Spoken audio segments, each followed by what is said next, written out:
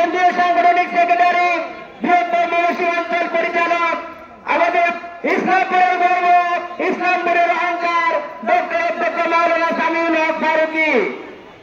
উপস্থিত আছেন জেলা নেতৃবৃন্দ, উপজেলা নেতৃবৃন্দ এবং প্রিয় এলাকাবাসী।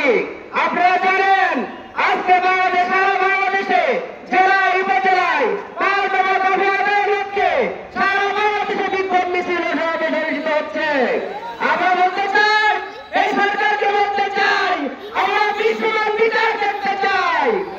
এই সরকারকে বলতে চাই, যারা ফ্যাসিস্টের যুবক ছিলেন, জাতীয়তাবাদী তাদেরকে নিষিদ্ধ করতে হবে।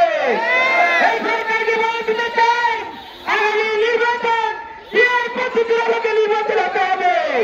সম্মানিত উপস্থিতি, আপনারা যারা বিভিন্ন এলাকা থেকে এসে আজকের বিক্ষোভ মিছিল ও সমাবেশকে সফল ও সার্থক করেছেন, এই জন্য উপজেলা সংগঠনের পক্ষ থেকে আন্তরিক মোবারকবাদ জানিয়ে আজকে এই পথসভা সমাপ্ত ঘোষণা করছি। সুবহানাকা আল্লাহুম্মা ওয়া বিহামদিকা আশহাদু আল্লা ইলাহা ইল্লা আনতা আস্তাগফিরুকা ওয়া আতুবু ইলাইক। আসসালামু আলাইকুম ওয়া রাহমাতুল্লাহি ওয়া বারাকাতুহু।